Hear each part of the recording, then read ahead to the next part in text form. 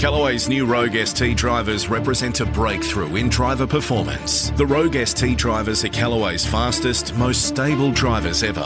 Think speed, go Rogue with Callaway, the kings of distance. To find out which Rogue ST driver is right for you, visit callawaygolf.com.au.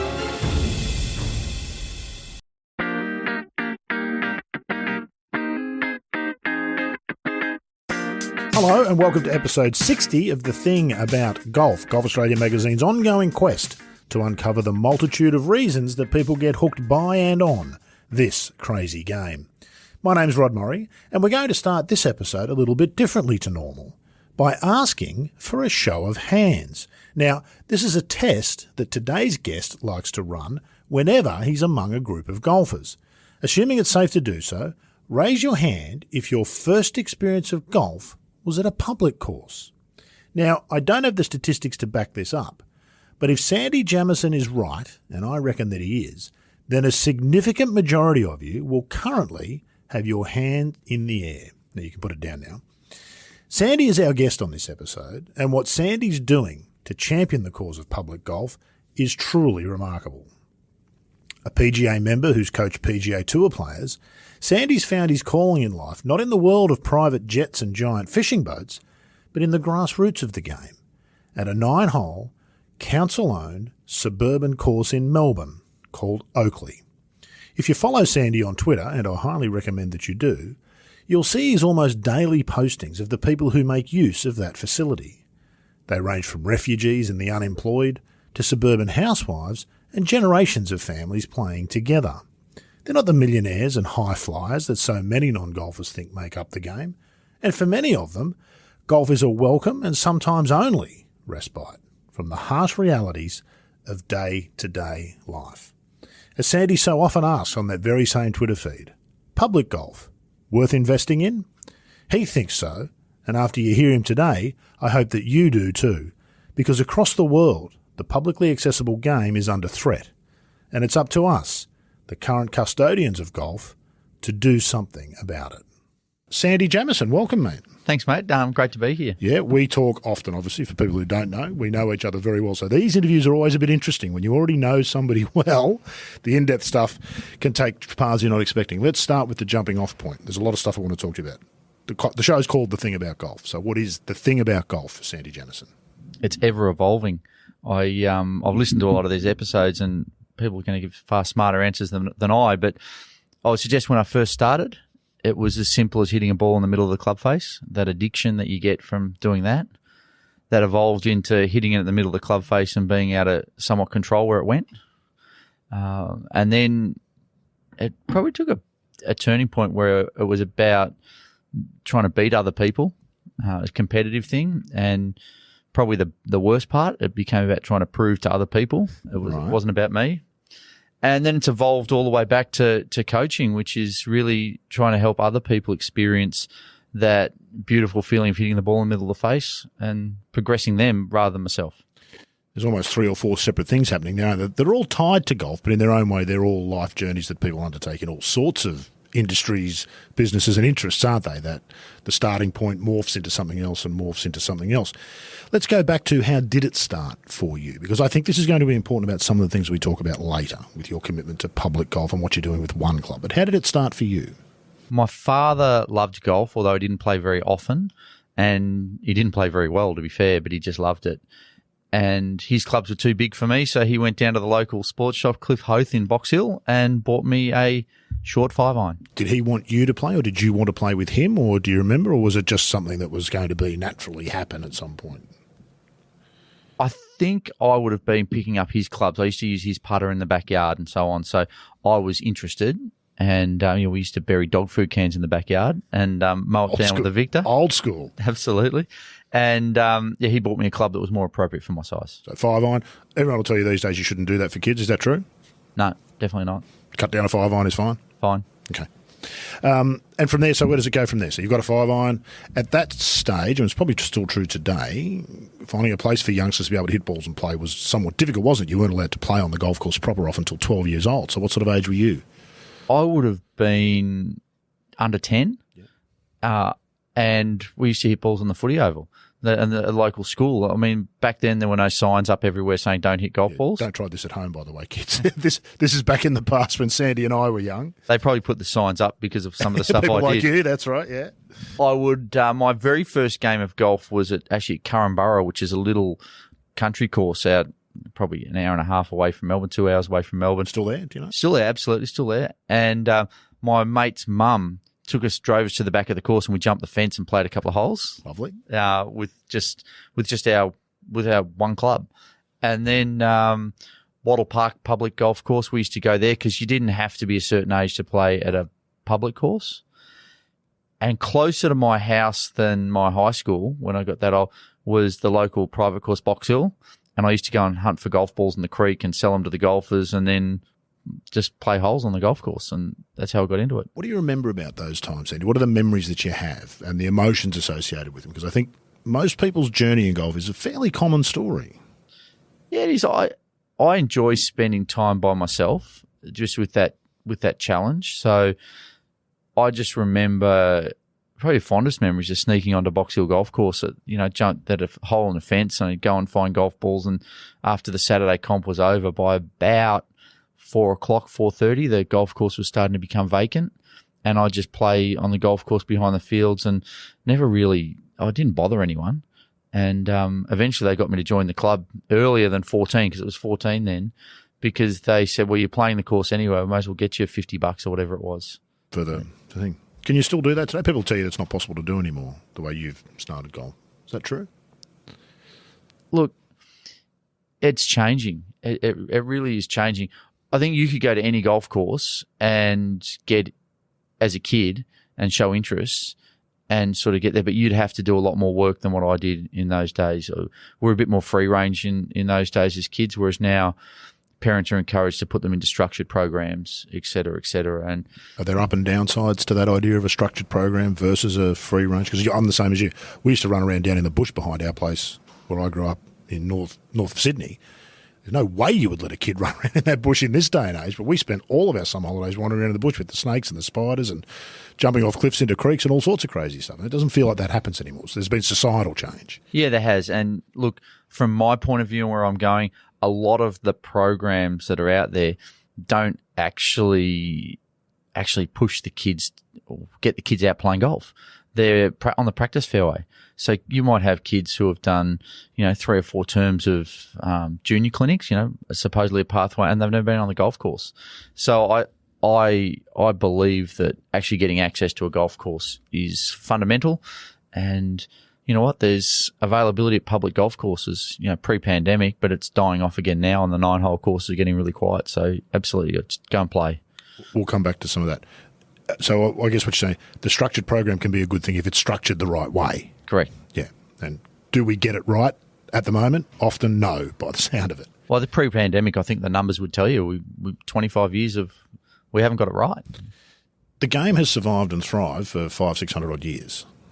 Why does it wax and wane in this modern era? Is it something that golf's doing wrong, or is it a natural notion that people will go to and go away from golf in some sort of like fashion or some other sort of trend? Look, I think that there's they've built far more golf courses for starters. There was a lot more golf courses now than when I was a kid. So I suppose it's watered the numbers down at each course. I think that a lot of other sports make it far easier to get into, and the team sports and so on. And I think that that's really important too. You would want to see kids play a whole range of sports, not just golf. I don't really have an answer. Yeah. I just think that is golf a more complex pursuit to start with than, say, football or tennis? To me, one of the appeals of golf is that it's quite a complex, multifaceted, nuanced sort of a game, which might be more difficult to get started in, but I think what it does is breed more of a lifelong passion perhaps in a certain segment of that. I think golf's a simpler game than all those other games. I know you're going to say that, and that's kind of what I was getting at. So do we overcomplicate it? Massively. And oversimplify it sometimes? I don't think we oversimplify. I haven't seen it oversimplified. It's been massively made complex. I mean, golf is far easier to play than football and tennis and any of those sports because you're not relying on someone else to have a skill to play with you. I mean, playing tennis with someone, if they can't get it over the net, is not much fun. No. And vice versa, being the person who can't get over the net is no fun. Playing football with somebody who can't mark or kick is no fun. Whereas in golf, provided you can play at a speed that doesn't upset anyone safely, no one cares whether you have 30 hits as long as you're moving along. It becomes complex if you tell someone before you play golf you have to be able to have all the skills. You must be able to hit your wood. You must be able to hit a fairway wood. You must be able to hit an iron. You must be able to play a bunker shot or a putt, because that's just simply not how we start any sport. Is it surprising in some ways that we've never had a specific beginner's pathway into golf? We have, but it was organic, I guess, what you were getting at earlier. So my memory of having a 5-iron was my dad giving it to me and saying, go and hit some balls, son. In 1999 or 98, I was lucky enough to be working over in Scotland, and I played golf at North Berwick, and I went into a junk shop after the round of golf. And there was this cut-down hickory club. It's called the Horn. It was about a 5-iron. I still have it. And I picked it up, and it was an amazing sort of thing for me, probably because it reminded me of my own story. But I envisaged an adult taking a child out into the back shed with a hacksaw and cutting this hickory down, wrapping a grip around it, and saying, hey, follow me out in the golf course, and let's just go and hit some balls. And that would have been the starting point as the child, got hooked on the game and grew. They would have got some bigger clubs and so on. But that's not where that little hickory club stopped. It may have been passed down to 20 or 30 different kids. So it was informal. But look, how complicated is the game? It's a simple game. Have the least amount of shots as possible to get it in the hole. That's it. There's nothing more complex about it. Child can understand that, can't they? I mean, I heard James Sutherland, the new CEO of Golf Australia, the other day saying, well, all golf is golf. If you hit a rock with a stick, that's golf. Well, it is. I mean, there's frisbee golf. Mm-hmm. And the game of frisbee golf is to get it in the net in the least amount of throws. Foot golf. I mean, it's a simple game. Yeah. The concept is so simple, isn't it? And then we add humans into it and we complicate it in many ways unnecessarily. We do. And I think as golfers, there's this culture which sounds like a really nice culture, but it's not helpful. And that is that everyone wants to give you some advice. Mm. So a new golfer starting out, if you can be really patient and let them make a whole lot of mistakes, they'll figure it out. They'll do a lot of their own learning. They will, absolutely. And that's not to say that golf lessons aren't valuable. They are. They're really valuable, but not golf lessons every time you hit a shot or golf lessons every week. And not golf lessons from a 10-marker or your 20-marker mate who happens to be sitting next to you at the time. They're maybe the most dangerous of all, which brings us kind of neatly, Sandy, to this, and the thing you'll be best known for amongst a lot of people. Two things you'll be known for. Your campaigning for public golf, which is really important to be applauded, but one club, this idea of one club.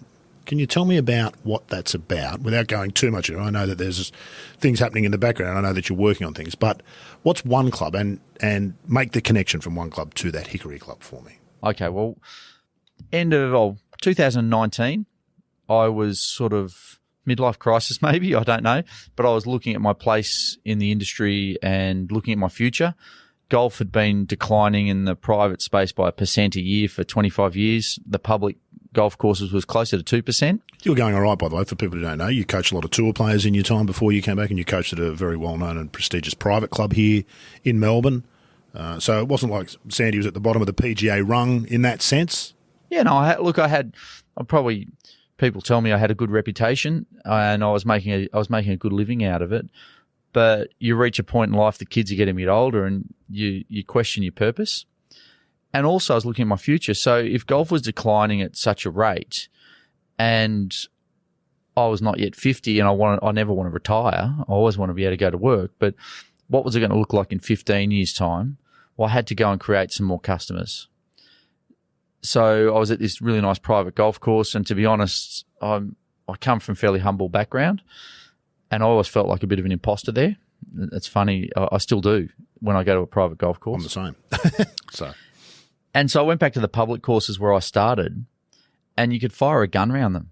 These little 9-hole public golf courses, like where I ended up at Oakley, it had gone down from 42,000 rounds of golf per year to 17,000. If that happened in any business, the alarm bells should have been sounding long before you got to the 17, shouldn't they? Yeah, absolutely. And I think councils, a real strength of councils is they're willing to provide facilities for people to use. And a weakness is in many cases, they don't know a lot about golf. And we could go down the rabbit hole, but PGA professionals were no longer running them. And when I think a large part of the success of public golf courses going back 25, 30 years ago is the PGA professional who was there was on a percentage of the green fee. So they would convert as many people to golf as possible because it was in their best interest. It's a simple incentive idea, isn't it? If you incentivize people to do certain things, those things will generally happen. Yeah, whereas if you go into a lot of public facilities these days, you'll find nobody behind the counter who has the skills to introduce a new golfer. And they might be sitting there on $25, $26 an hour, Aussie dollars. And for them, if it's quiet, it's good because they can sit down and study their uni course or... They still get $25 an hour. And if it's busy, they still get $25 an hour. Yeah, 100%. So I looked at these courses. Many of these little 9-hole courses didn't have practice fairways. And when I saw a business in distress, I saw opportunity. I thought, well, if I can get a deal where I prosper for more golfers on the golf course, that will do it. So I really just retraced, well, how did I start? And what have I been doing over the past 25 years? I've been delivering, sign up 5 lessons, learn how to putt in the first one, chip in the second one, pitch in the third one, hit a wood in the fourth one with a full swing, and play a bunker in the fifth one, and set them free. Never take them on the golf course. And I was watching these people and listening to their comments when they said, it was really intimidating playing on the course. So I thought, well, how did I start? And then this little hickory club. So I re-engineered a golf club for my own, which we call the Smart Club. It has a putter grip on it. So I don't teach anything. There's no technique. Thumbs on top, hands close together. There's a circle in the middle of the club face. I say, well, you got to hit the ball in the circle while the circle's pointing at the target. And you got to hit it with the length of swing you can already do. So you've probably heard me in the past say, well, there's no golf coaches at mini golf. Everyone can putt. It's true. So we start off with small swings on the putting green. It might resemble at the start of field hockey. So we get off on the golf course. People learn 4 things. Well, we've moved it to 5 recently, but 4 things: safety, speed of play. So as long as and this is to be a good golfer. My promise is within 15 minutes you'll be on the course. Within an hour you'll be a good golfer. Safety, speed of play. They learn what is their existing level of skill. So I don't teach them that. So if someone's hitting it 10 metres straight and they can do it without holding everyone up, that's fine. Or if they can hit it 50 metres or 100 metres, that's also fine. They learn to look after the golf course. And the 5th one we've added is to be good company. Good company with the people you're playing with and the others on the golf course. So, you could play golf with someone who has an even par round of golf and they carry on like an idiot the whole way around and you haven't enjoyed it. So I'm not calling them a good golfer. Yeah. There'll be lots of people listening to this who have gagged up a little bit at the notion of you don't teach any technique or any of these other sorts of things. There's a disconnect between how we used to do golf and the way we do golf. It's happened slowly, hasn't it? But what you're outlining there is actually how, as you did and lots of us did, that's how people used to learn golf. Golf is a lifelong journey, isn't it? The notion that you can give somebody 5 one-hour lessons and have them be able to go out and play golf the way they see on TV, it's madness, isn't it? Yeah, it is. And look, I think lessons are really, really important. Yes. But what I'm doing as a PGA member, I'm creating people who are addicted to golf.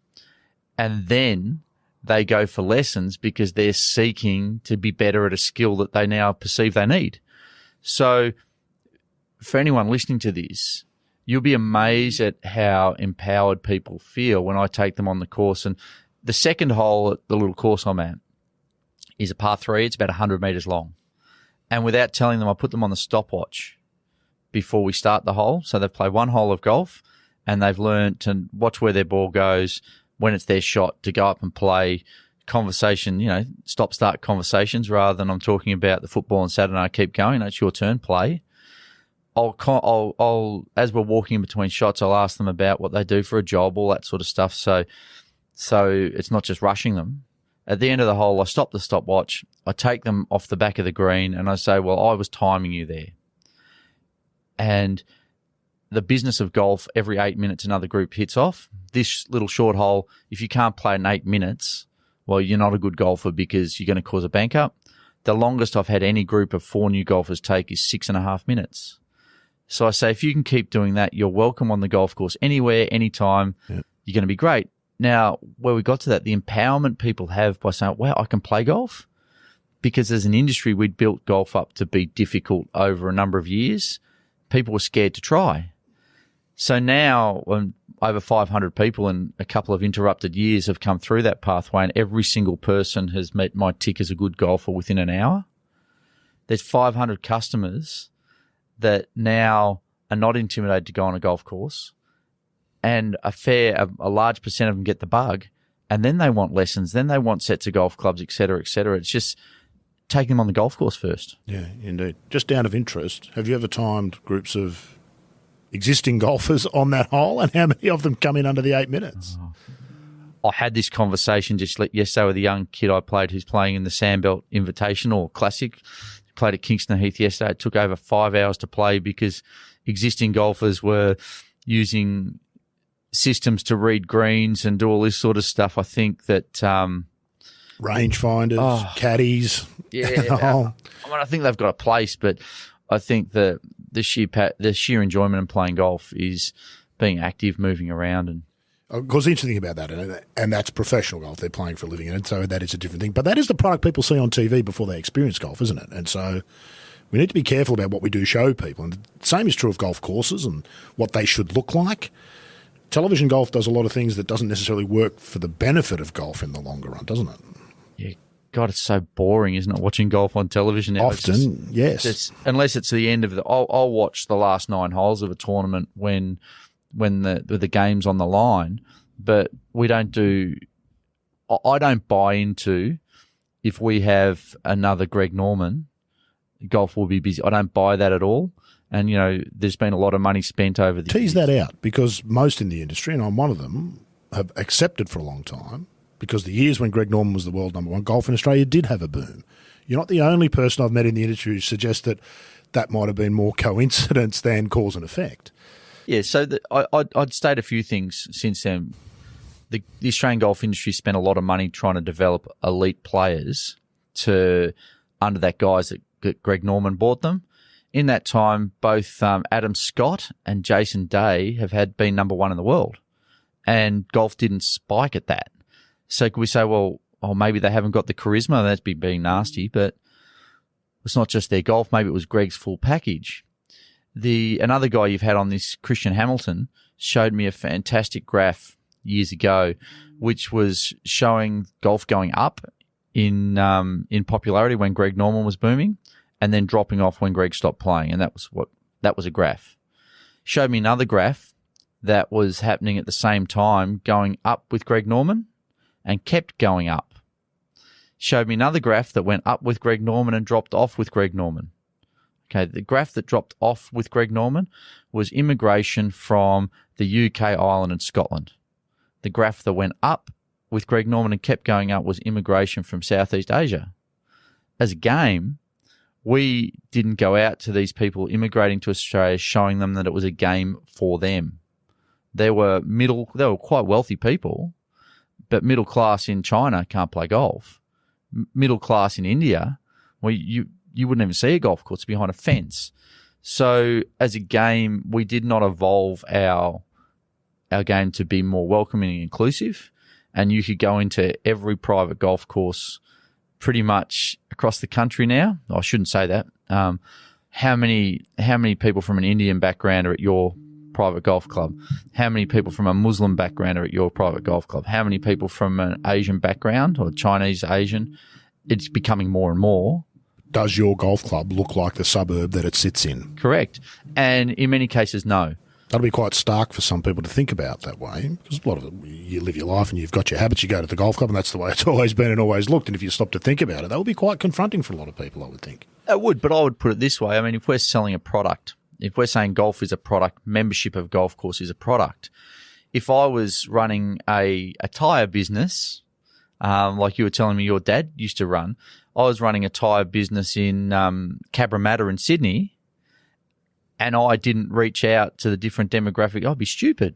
You'd also probably be out of business. Yeah, 100%. So as a golf course, if we don't look like our community, that's not good. So, for instance, Oakley, where I'm at, is in the city of Monash. There's 44,000 people in the city of Monash who speak Mandarin or Cantonese.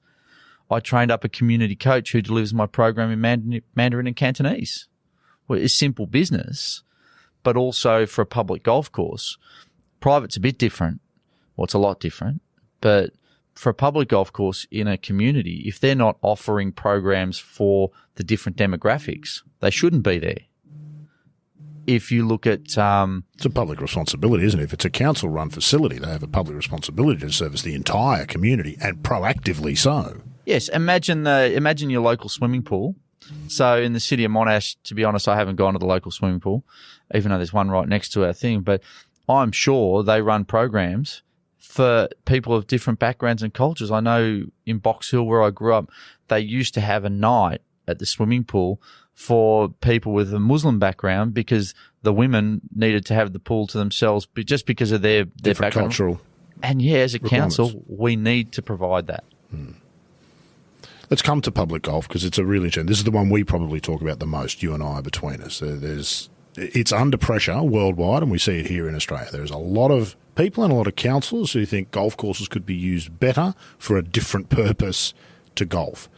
Outlay for me some of the reasons why there's some flaws in that thinking. And is it always the case that you're better to have a golf course than to turn it into a park?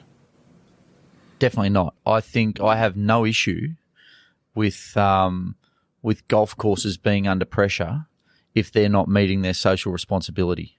No issue at all. And I think that the way golf courses have been set up over the journey have not met with that.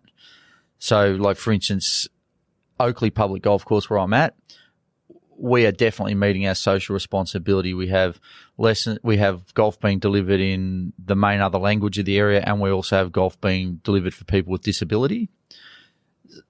So there is definitely a place for that. Public golf is super important, but I think one of the things we need to do to let the rest of the community know that is we need the rest of the community to understand the difference between public golf and private golf.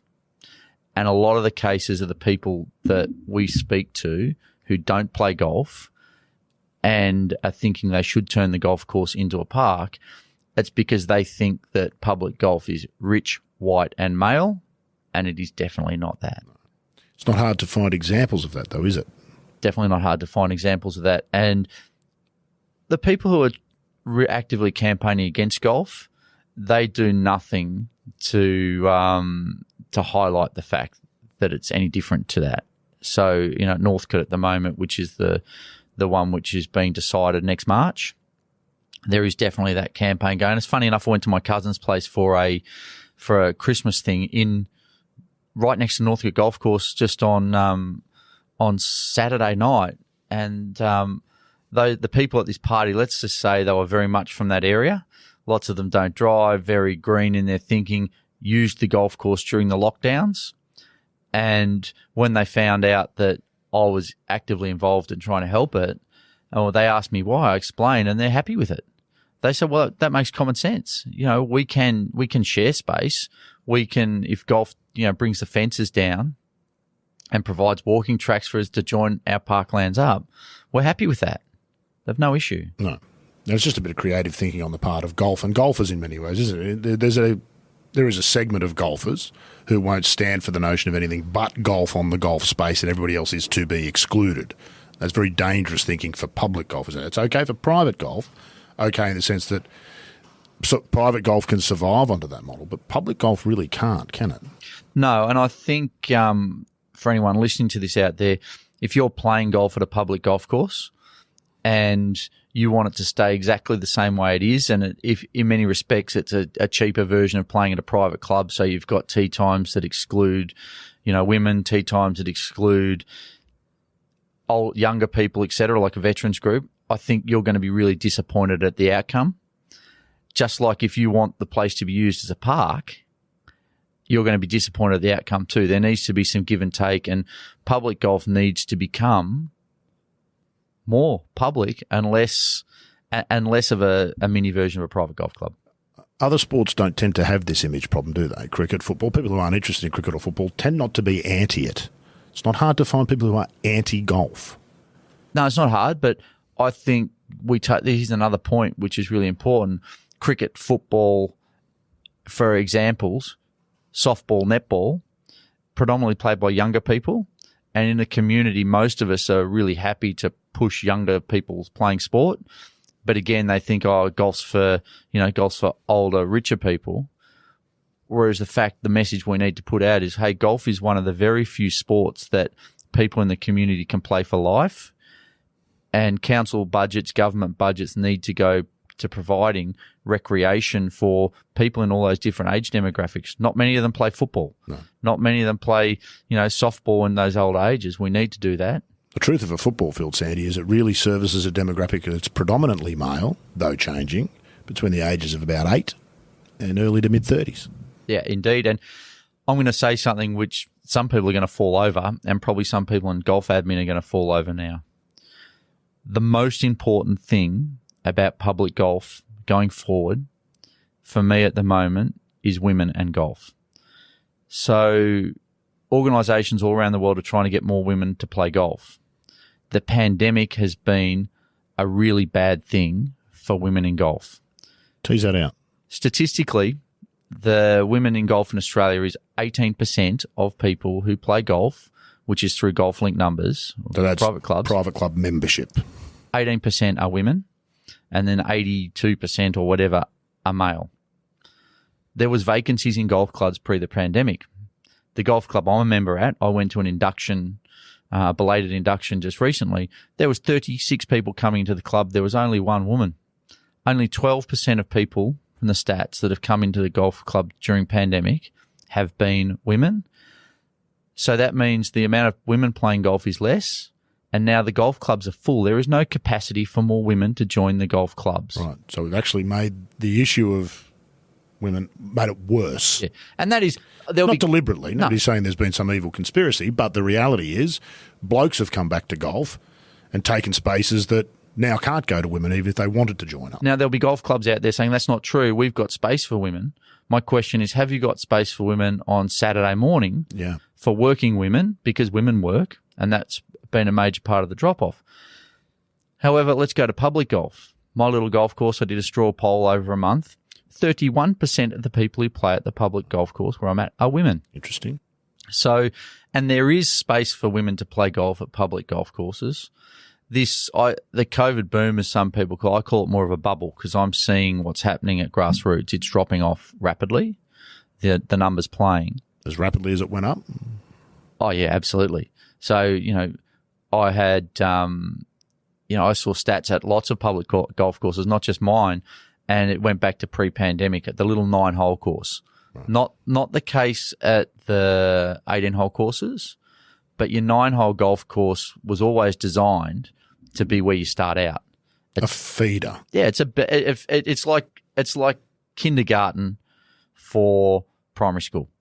You wouldn't get rid of kindergarten, because if you do, it's going to affect primary school. So it's dropping off, but that's where we really need to be open, actively promoting women in golf at these public golf courses, because sheer weight of numbers, if I can get 200 more women playing at Oakley getting hooked on the game, out of those 200, I'm going to get a lot who just want to play social golf. That's great. And the same will be this case for men. But I will get a push on forward of those who are interested in competing, and that's the heartland of private golf. So eventually you will get a push through at private golf clubs. Why is that important?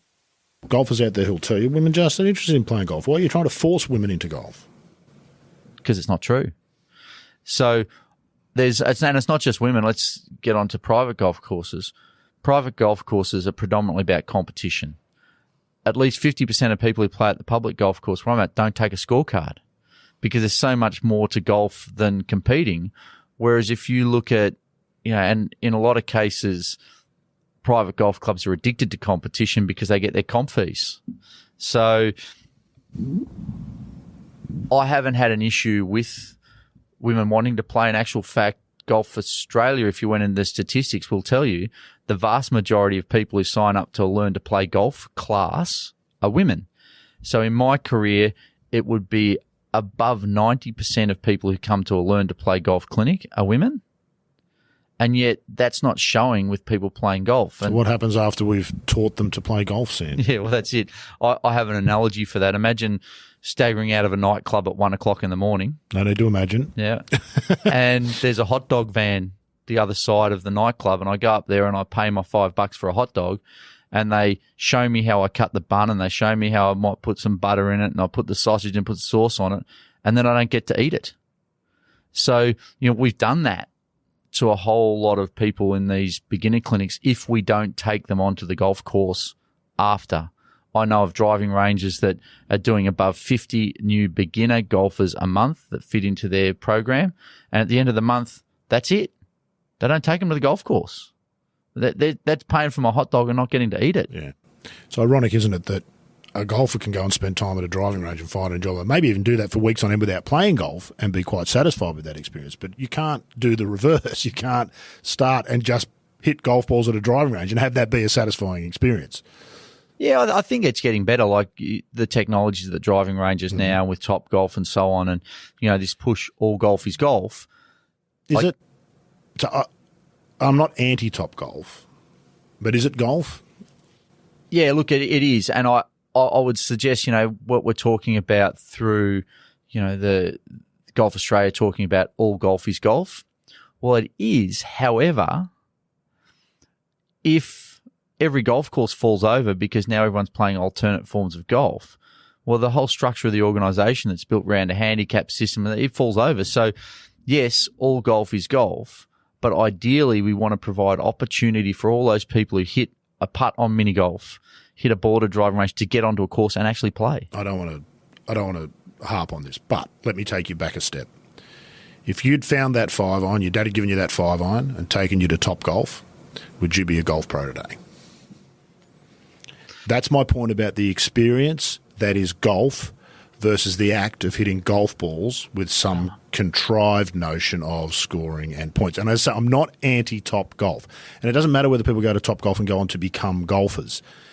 But to hang a lot of hope on the notion that you can convert a large number of people from a Top Golf or driving range style idea to golf easily, I don't think holds water, because ultimately it's the hole at the end of it and everything that happens between the tee and that green, which is golf. So there's the question. If he'd given you that 5-iron and taken you to Top Golf, would you be a golf pro today? Yes. And I'm quite happy my own personal experience tells me I got the 5-iron, I went to the local school oval and I hit golf balls on the oval and got addicted to that feeling of hitting a nice shot. But if he took me to Top Golf and I didn't live near a golf course, I could jump the fence and find golf balls and hit balls around, or have a public course near me, Wattle Park. If that didn't happen, I would not be a golf pro. So Wattle Park's a really interesting example. Two-time major winner David Graham, he started at Wattle Park. Left-handed. Yeah. And, as it turns out.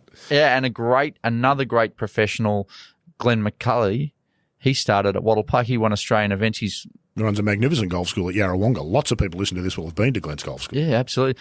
And there's a whole host of other golf pros who came out of Wattle Park. So if I just went to Top Golf and hit a ball on the driving range and Wattle Park didn't exist, I would not be a golf pro. And if Oakley didn't exist, if Northcote didn't exist, there would be, let's forget about golf pros. There would be no other people playing. So look, for people listening to this pod, you're probably sitting in your car, typically when I listen, or on the train. You're a golfer. You're a golfer. What I want you to do, I want everybody to put their thumb up. I'm not going to put your hand up. Just put your thumb up if you're a golfer. Yep, thumbs up. What I want you to do, I want you to put your thumb down if you started playing golf at a private golf course. There might be a few thumbs down. Won't be a lot. Let's define private and public. I say a public golf course is anywhere you can pay green fees and play. So there's semi-private. Semi-private, which is probably most people's experience in reality. Country courses and so on. Suburban courses tend to be often semi-private, don't they? Yeah. And part of my campaign on this is I think private golf courses, and I'll upset some people here, I think private courses need to take more responsibility in their local public golf course.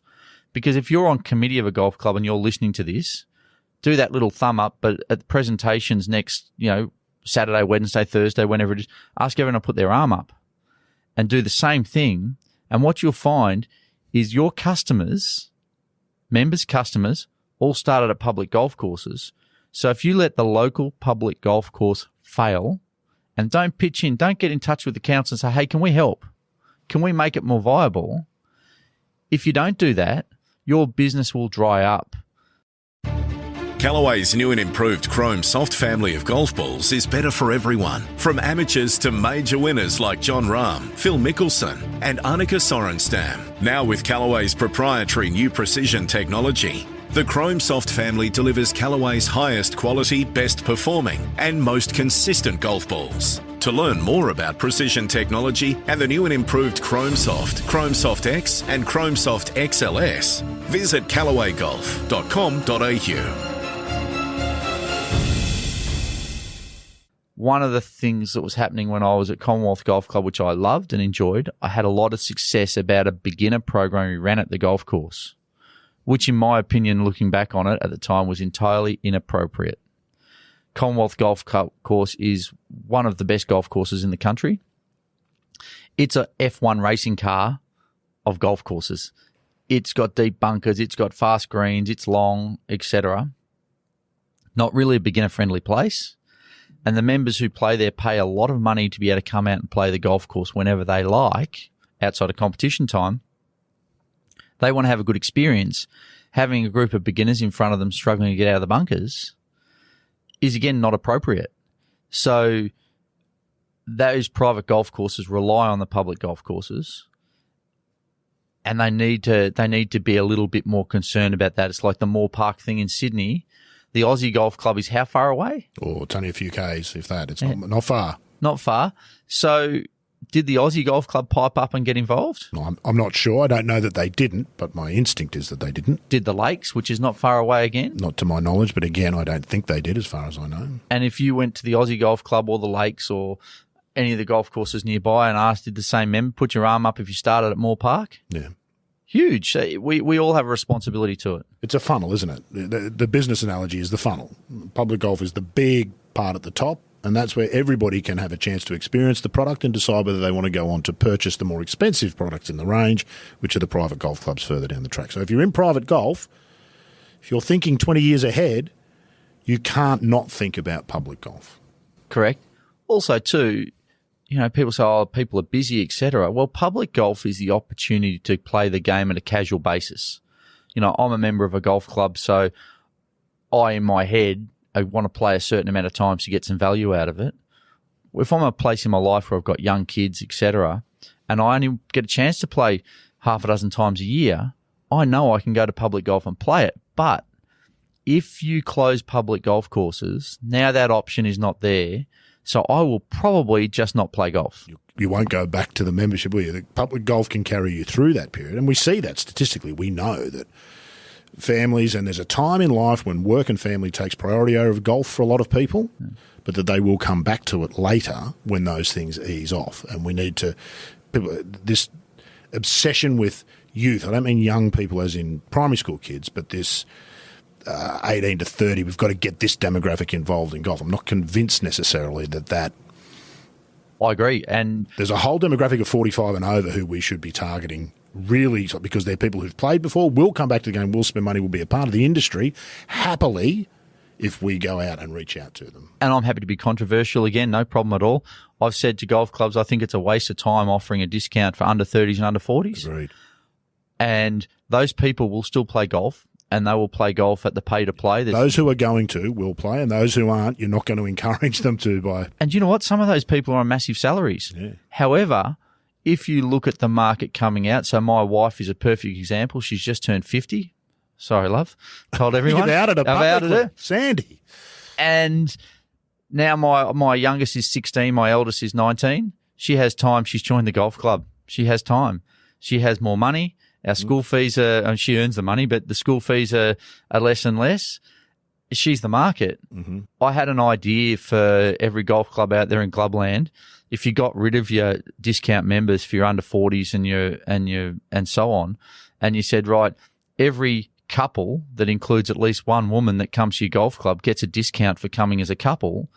Well, now we're going to have more women playing golf, and we target the demographic, which is 45 to 55. Yep. They got the money, they got the time. The interest quite often. Quite often they've been golfers at some point in the past. And now they've always said, when the kids grow up, we can go back and we can focus on playing golf and really get back into golf the way we wanted to. There's a whole slew of people like huge. So the Nature Report, which is where the review of Australian golf's futures come out. So there's 9 million people in Australia who have not yet played golf who say they're interested in playing golf. 9 million customers.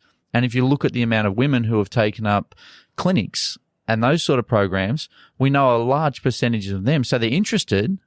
What we have to do, we just have to take them on the golf course and show them they're welcome. It's not hard. The problem isn't the customer, is it? The problem's the business. It's us who are running the business who have to swallow the bitter pill that we've been the problem at virtually all of these junctures. The image of the game is our own fault, and the fact that it continues to be the image of the game amongst non-golfers. What we do with people who show an interest in golf and how we so often put them off when they do come to try it, all of these things are mistakes that the golf industry has made. There's no imperative for non-golfers to take an interest and try to discover golf. Golf needs to go out and earn it, doesn't it? Yeah, 100%. And we need to reform public golf courses to make sure that happens. And as golfers, we need to let everybody know that, hey, public golf is different. Public golf, like at the little course I'm at, $13.50 for concession. That's kids or pensioners, $13.50, or $18.20 or $20 on the weekend for a game of golf. What else can you do for $20? Well, people who say the game's expensive simply take the notion having a boat can be expensive too. A tinny doesn't cost you much. A super yacht like Tiger Woods gets around and does. But to take his boat as the example and say, we'll see, it's only for the rich is nonsense. And it's the same with golf. Golf can actually be extraordinarily cheap. What does it cost to go to the movies or an AFL game? Yeah. What does it cost to take your family to an AFL game in this day and age and have a couple of beers and some hot dogs and whatever? Well, you're not getting out of there for under $120. I wouldn't have thought for, say, 4 people. Yeah. Okay. You can play golf you can play 9 holes of golf for under $80. And if you're my little Twitter feed, I have a bit of fun with it. And one of the things that I did a while ago during the pandemic, and I still do it occasionally, I was taking photos of people's golf clubs they came to the golf course with and put them up there. And they were going to op shops and they were going and buying them on marketplaces online. $50 for a set of clubs. Perfectly fine golf clubs, by the way. Nothing wrong with them. Oh, stuff that was current 20, 30 years ago, and they're having a ball with it. They didn't need the brand new driver to have fun. You can deck yourself out to play golf for $50 and go play for 20. I just bought my nephew a Sharon for Christmas. He's a mad footballer. I hope he's not listening. No, he's not interested in golf. You've just given him up. Yeah. Not interested in golf. A Sharon, some Sharon he won, costs like $140 for a footy. For a football. For a footy. Do you have to pump it up yourself? I'm not touching it. That's an outrage. But so golf's cheaper than footy. In terms of entertainment, it really does stack up. If you only need to scratch the surface, and it's a common myth that those in the anti-golf camp will put up, is that it's expensive and exclusionary. I mean, it can look that way from the outside, but it's actually not true. And golf needs to do a better job, again, of selling that story. So a call to action for everyone out there. We love a call to action. Doesn't matter where you're listening, what country you're listening in. Do yourself a favour and go back, if you live in the same sort of area, go back and play the little public golf course. You just go back and have a round. Now, at worst case, you might be a member of a private club paying fees. Worst case scenario, put your $20 over the till and play 9 holes and tell me if you didn't enjoy it. Because I guarantee you'll get out there and the course won't be as looked after as well as your course, but you'll hit a tee shot down the first, and as you're walking down there, memory lane, and you'll see a tree, you say, geez, when I hit my best drive as a kid, I only just got to that tree and now I'm 80 metres past it. Exactly. So the memory lane will come back and you'll realise that there's stuff about golf that you actually enjoy more than some of the stuff you do at your private club, because I guarantee you a lot of people who play private golf clubs, because I used to make money out of them, they stress about their score and how many points they're going to have because they have to expose themselves to what you have today as you walk into the bar and, I had 25 points. So there's none of that at public golf course. You know, wear whatever you like and just go and experience the game as you picked it up and see what comes back when you play. I bet you'll have fun. Yeah. Give me your analogy about dress regulations. You just reminded me when you mentioned that. Tell me the test that you like to put forward to people and ask them what they think about this. Okay, so the shopping centre test. Yeah. So right near where the golf course is where I'm at, we have Chadstone Shopping Centre, which is like one of these. It's another planet. Yeah. The truth of it. It's enormous. Well, it's got its own hotel there now. Just I guess in case you get too tired, you can't get home. So you can actually stay there in a 5-star hotel.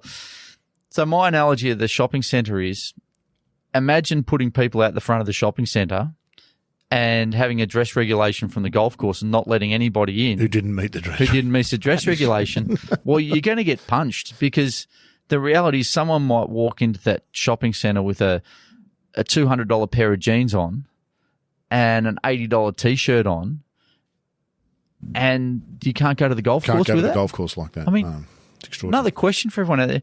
What is golf?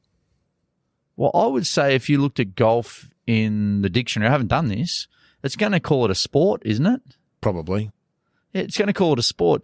Yet at a private golf club, the women who love wearing activewear, they can't wear activewear. It's a sport. At a lot of places it is. So some of the dress regulations we put up, a lot of them bring with them a social exclusion. From a certain, collars on shirts. Well, that goes back to wearing a tie, and that goes back to there's a noose around your neck. Well, there's all sorts of class permutations for that, about who wore collars and certain levels of society, and the nonsensical stuff that we don't believe in anymore and haven't done for a long time. And look, don't get me wrong, I am not saying, so we're both sitting here in collared shirts, by the way, because we're part of the culture. I just go, I don't question it anymore, but I don't think it's unreasonable for young people or other people to question why they need to wear a collar on their shirt. What's the difference? Correct. Before I go to it, if the amount of people, you're at a golf club, the amount of kids you see coming to your golf club wearing their school uniform because it's the only thing that complies to the dress regulations, what kid wants to wear his school uniform not to school? But for me, I'm not saying that all golf clubs need to drop their dress regulations at all. I have no issue. The top clubs in the area that are full memberships, waiting lists, joining fees, that's fine.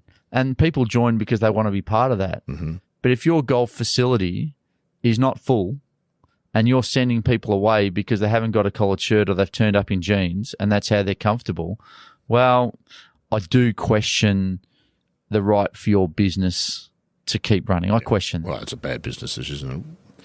What's your outlook, Sandy? What's your feeling about the future of golf? It feels like it might be at a real crossroads in many areas at the moment, golf, from the very top levels of the professional game and these disruptor leagues and things that we're seeing there, right down to where you are at the very grassroots, a 9-hole public golf course in suburban Melbourne and the work you're doing there to grow that. What's your feeling? Are you optimistic about golf and its future? I'm definitely optimistic. Is that madness?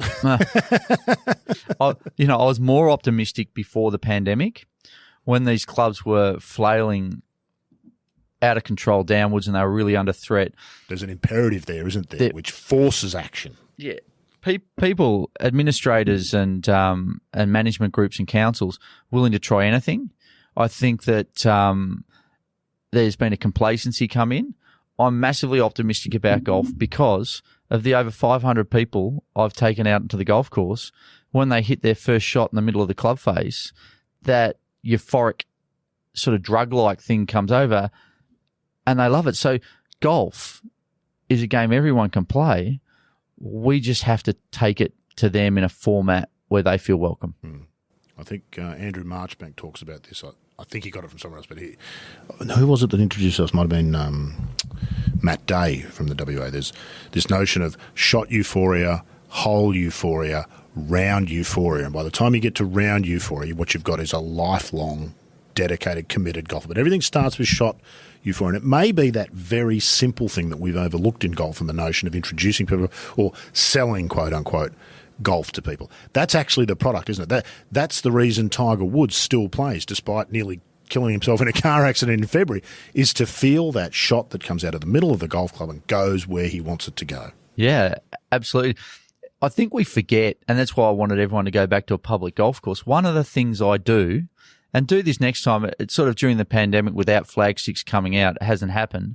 One of the things I do for every single person who starts, when they get to within a foot of the hole, I take the flag out and say, now I want you to hit in the hole and experience the best sound in the world. How's that? Everyone can hear it. It's just while you're sitting here listening, you hit.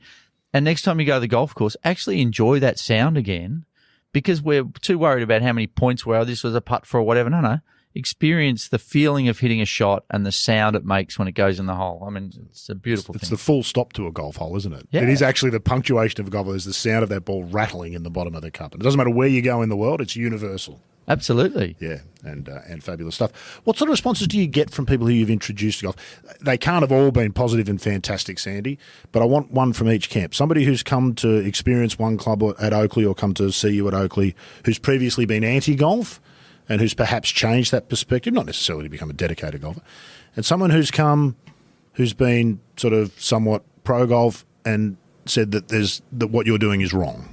And I imagine there must be one of each of those that you've come across. Yeah, absolutely. So let's go the pro one first. I had a woman, I won't out her with her name. She came with her friends who came to my one club program, and she didn't want to play golf because her husband was a total golf addict. A not uncommon scenario, by the way. No, not uncommon. And her husband was, anytime she'd tried to hit a ball in the past, there was 1,000 bits of advice and so on. So she came and she bought a one club and she kept it in the boot of her friend's car. So because he wouldn't know. She didn't want her husband to know. Fabulous. Fast forward a month from when she first started. Now she's playing golf 4 times a week. She let her husband know. Her husband was trying to get her to go to the golf club where he's a member. She said, no, I'm going to stay here at the public course. 6 months later, she's joined another private golf club with her friends. Not his. Fantastic. It was actually 8 months later. They 4 of them went and joined Peninsula Kingswood. So wow, now that's no small investment of time, money. I think they got a half price joining fee. So I think including their first year's fee, they paid $10,000 each, 4 of them, from starting with one club. So I actually went for a game at PK and I paid green fees. There you go. So I didn't ask to play for free, to be fair, either. I just went and played. I was happy to pay. But so that's the real positive story. The negative story is not from a beginner. I've never had a beginner give me a negative story. I've had lots of people at the golf course say, "Oh, what are you doing up there? They're not even playing properly. They've only got one club. That's not proper golf." Proper golf. Yeah, proper golf. I've also had people come in and say, "Oh, no, I want to learn properly. I want to learn all those skills first, and I want to learn X, Y, and Z first. I want a full bag. Yeah, I want the whole. I want the whole lot. What my mates have been doing. So the negative response have been from existing golfers, and what I'm doing is challenging perhaps the way they think it should be done. Yes. Are they a bigger issue than people who are anti-golf? People within the game who are very set on what golf is and should be. Oh yeah, absolutely. So if you imagine one of the issues that we have on public golf courses, and I have it all the time at Oakley, because during lockdowns it was being used as a park, there are a lot of locals who don't know anything about golf who are wandering across the golf course. I had a mother and child the other day were about to hit off the first, and they walked down the side and they put a picnic blanket out on the fairway. Oops. So I just drove down there in the cart and I said, hey, if you cross the bridge and put your blanket over there, you'll be fine. But I showed them the ball and the club. I said, you don't want to get hit by this. Yeah. And they were great. Whereas a lot of golfers start yelling and screaming at them. Get out of there. What do you think you're doing? Yeah. You're stupid. How do you... Yeah. And so they're a problem, yes. When we think about traditional golf, some of those golfers we're talking about who think about golf a certain way, which is always staggering me. I'm into golf course design, as you know, and it's always staggered me, this notion that a golf course has to have 4 par 5s. It must have 4 par 3s. And if it doesn't have that, it's not a proper golf course or a championship golf course, which is madness because it's the freest game of all. And the best golf courses in the world rarely fit those criteria. Let's leave that aside. A part of the problem would be too strong a way to put it. But historically and traditionally, I don't know that our administrators have done a terrific job of selling the golf message to non-golf. Would you agree with that? And what can they do about that? And how does that all plug in with what you've been doing at Oakley, which has been a fabulous public campaign, a very simple idea, Twitter with a hashtag public golf, telling the stories of those who actually play there, and the one club notion, which is an intriguing one to me, and how that might fit in with some of those. Well, I agree. I think that in the past, well, actually, let's just be simple about it. Those who have been running golf for the last 25 years, if they were in another corporate situation, say running an airline without a pandemic and the airline was dropping by 1%, even for a quarter, their jobs would be at peril. I'm really confident now since the Nature Report came out, the golf bodies seem to be shifting. So the Nature Report, quickly for those who might be able to the Nature Report was a AGIC, which is Australian Golf Industry. Yeah, Australian Golf Industry. They commissioned a report to be done on golf and the health of golf and what those who don't play golf perceive golf to be, and which is where they got the 9 million people interested but not yet engaged. So they have pivoted. The golf bodies have pivoted to where they now see the importance of public golf. Maybe they already knew it, but because, say, for instance, Golf Australia derives the majority of their income from private golf club land, they were focusing on the bottom of the funnel. Well, that's a sensible business decision in a lot of ways, isn't it? Because if they're the people who are paying your way, then they're the people you've got to focus on. That makes some sense. Oh, a huge amount of sense. And everyone's always been good intention, but now they're pivoting towards the public golf, which is key. And so I'm very optimistic about that. Where one club fits with that, I've been working in really closely with the PGA and with Golf Australia.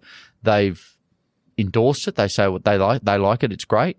We're going to a further proof of concept with the support of Golf Australia and the PGA, and we're going to prove the concept at some other golf courses, just to make sure that for some reason I'm not special. You know, what if it only works if Sandy's running it? And trust me, folks, I'm not special. Well, but regardless of the outcome, that's an encouraging step, isn't it, in many ways? Yeah. Them being prepared to engage at that level. I agree with you. I think that's a very encouraging sort of a step. I'm also in mind when you say that the PGA professional, very special and a really interesting kind of a profession, job and role within the game, which is also an industry, the PGA professional. You've outlined earlier, you touched on earlier, the changes in a lot of pro shops no longer run by PGA professionals, those incentives not so much there.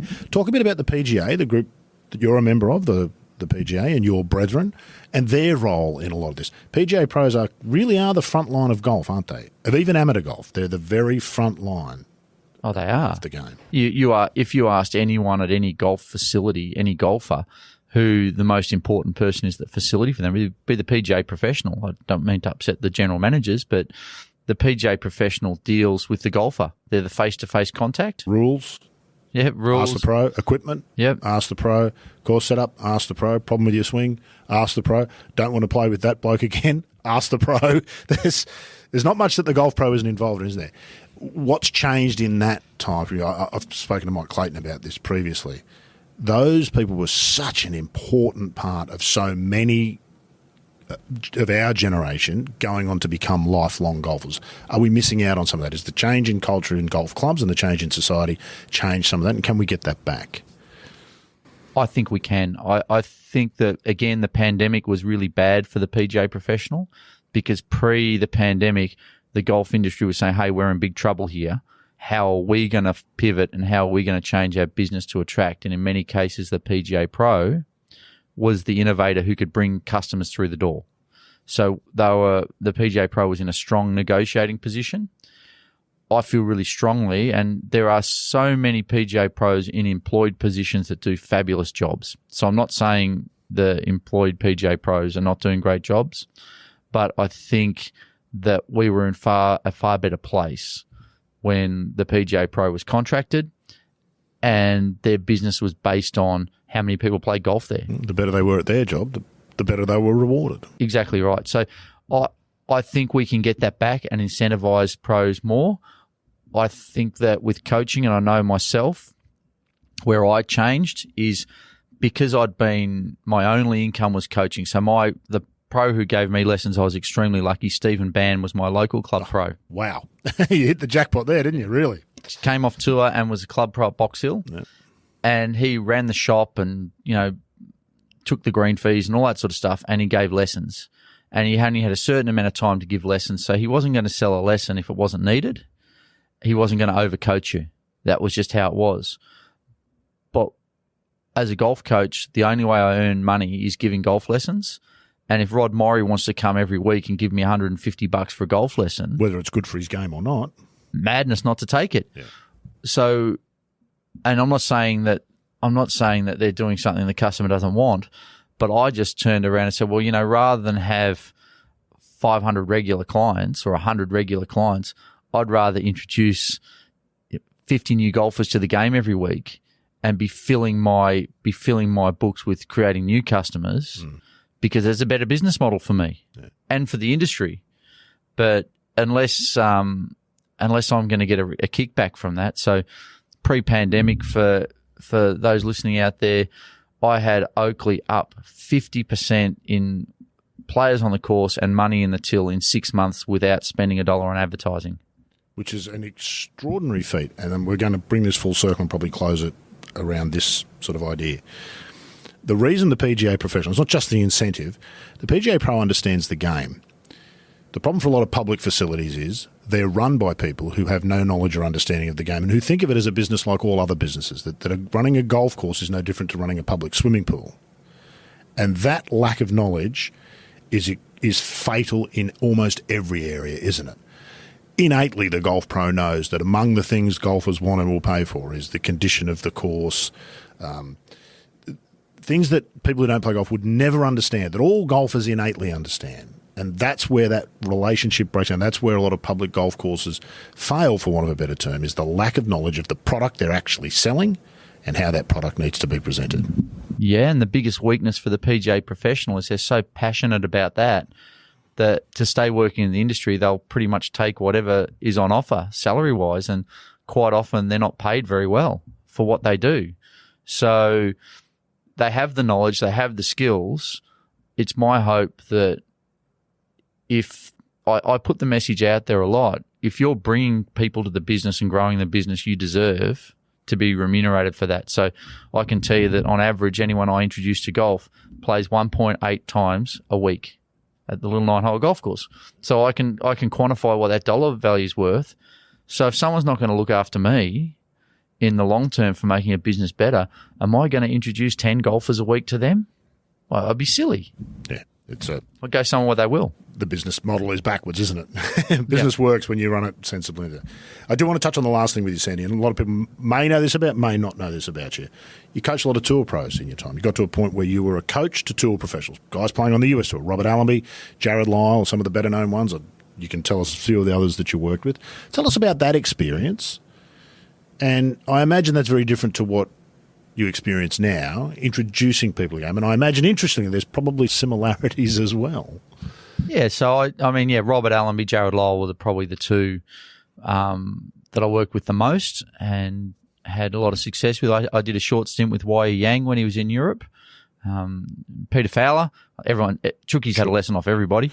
He's an amazing player. I saw him yesterday at 62 years of age. Not only out there playing, which is extraordinary, he's Australia's Bernard Langer. Yeah. And at 62, he's extraordinary. He was swinging left-handed, taking practice swings left-handed as part of his warm-up. The amount of turn and flexibility, I was in pain watching him. I'm 10 years younger. Anyway. So your coaching tour professionals is very, very similar to coaching anybody. You're just trying to bring out what they do well naturally, or the best they can possibly do. You're not trying to turn them into somebody else because it's their differences that make them better. So when I'm introducing someone to golf, I'm allowing them to use whatever skills they already have, as in like hand-eye coordination skills, spatial awareness skills, to get around the golf course and make them feel safe and comfortable that they can try things and improve. And they can fail at times because that's how you learn. Why teaching beginners is so much more fun than teaching existing golfers. When I take a beginner out on the golf course for the first time, they have literally played the greatest game of golf of their life. Yeah. They're on a high. Yeah. When you coach professionals, they focus on what they're not doing well. Yeah. And if they don't play well, they're going to blame you. So, well, not always blame you, but sometimes it's the caddy. Yeah. Sometimes it's the media, sometimes it's the wife, but every now and then it's going to be the coach, isn't it? And even if they don't blame you, they're and rightly so, they're looking to you for the answers, because tour professionals are, their job. They got to play well next week. Yeah. It's no good for me telling them, well, in 6 months' time or 12 months' time, they're going to say, well, Sandy, no chance. So the pressure's high. You're away from your family, and typically you're dealing with a response to something negative. And lastly, how did you fit in that world of private jets and 6-star hotels and a lot of money? The PGA Tour especially is awash with money, isn't it? Yeah, I got to admit, I did like jumping on a private plane, and Robert Allenby had a beautiful boat and going fishing and those sort of things. But again, I kept moving to that's where I wanted to be. And it's a bit like I won a Pro-Am once. And after I won the Pro-Am, I'm driving home thinking, is that what it was all about? The David Duval with the Open. And is that it? Is that it? Is that it? And coaching the tour professionals, it didn't really fulfill me. As much as I enjoyed it and I got a good relationship with the people, but coaching beginners, like every single day you go there, you make someone happy and you change their life for the better. Like golf is the thing that golf is for me too. You know, if we get touch back to why should golf courses still exist and would more people not get benefit out of a park? If you've got something going wrong in your life, you're not happy in your relationship or work or whatever it might be, and you go for a walk, for the time you're walking, you're thinking about the crap that's going on in your life. If in the same frame of mind you go and play golf, all of a sudden your mind is totally consumed with getting that golf ball around. It's meditation, and it is meditation away from life. It keeps your mind occupied away from the worries that you may have. Fantastic. That's one of the things about golf. Sandy Jamieson, been fantastic to catch up with you. Thanks for taking the time, mate. Really appreciate it. I've enjoyed it, mate. Thank you.